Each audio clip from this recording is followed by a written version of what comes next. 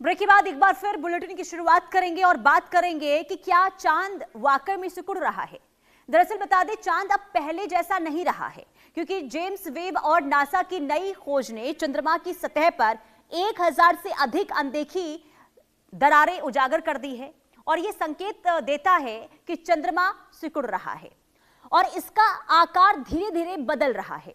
भविष्य में अंतरिक्ष यात्रियों के लिए यह बहुत ज्यादा खतरनाक भी साबित हो सकता है।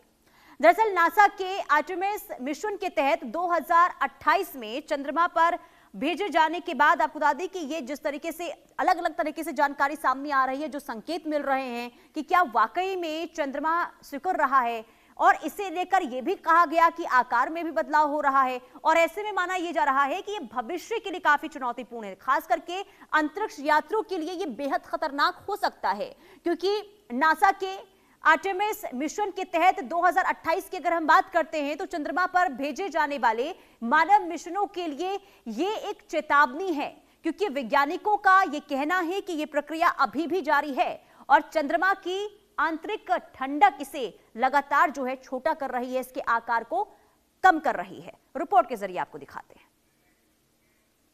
चांद सिकुड़ रहा, वैज्ञानिक भी सकते में। दरारों का रहस्य नासा की चुनौती है। भूकंप संभावित अंतरिक्ष यात्रियों के लिए खतरा।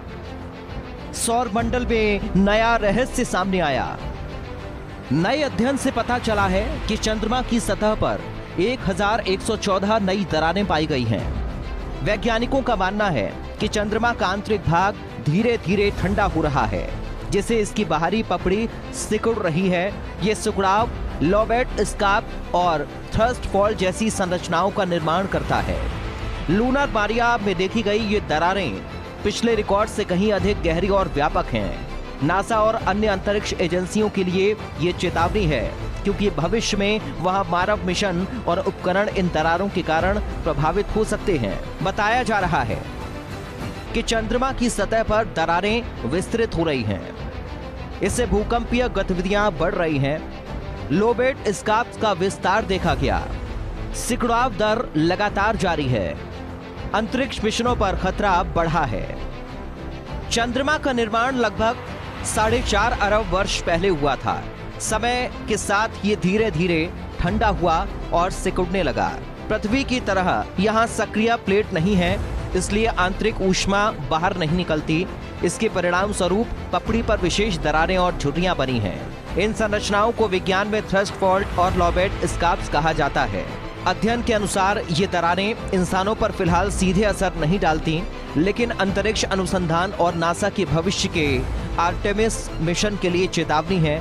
हैरान कर देने वाली खबर यह है कि चंद्रमा धीरे धीरे आकार बदल रहा है।